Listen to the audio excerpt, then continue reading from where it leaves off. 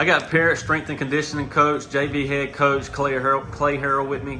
Coach, let's go ahead and jump right into it. Tell us about you. Tell us about your history at Parrott. Yes, sir. I'm Clay Harrell from Wilson, born and raised Saratoga, North Carolina. Been long days for sure. But as far as me, I was here from 2018 to 2022. I left, went and coached and taught at Fike High School in Wilson. For the last year, probably a little bit over 13 months. Coach Beam was able to convince me to come back, which really wasn't much convincing because this place is pretty special, pretty home to me. It means a lot to me, and obviously it gave me a lot of things that I'm proud of, and we'll continue to work on those every day.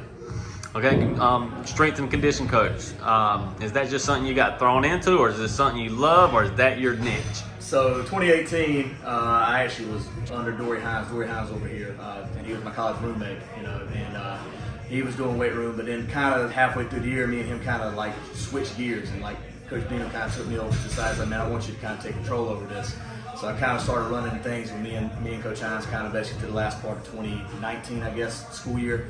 Coach Hines left, obviously started his college coaching career, and then I got hired full-time that 2019 year, and I've been doing it pretty much ever since then. But it is definitely my passion. I think basketball is certainly a close second, but I think lifting and things really determines, because it's you versus you, and it makes you a man, and I think it makes you kind of give you an idea of what you're working towards, and you can't fake it. If you've been in here, it can show. If you haven't been in here, it obviously shows, and I think it translates to our success very much so.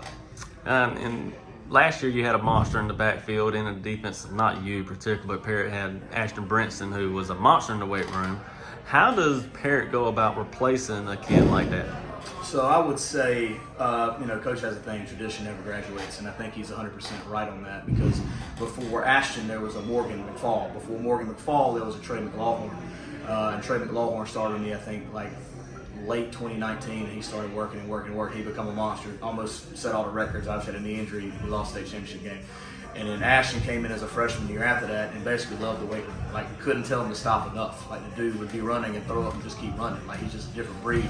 But as far as getting after him, Jeffrey would work out 3-4 times a week, even on game weeks as a freshman, and he would just absolutely get into it and love it. And Morgan was the same way. Morgan became a monster really having his sophomore year, and obviously that stuff kind of sets itself up.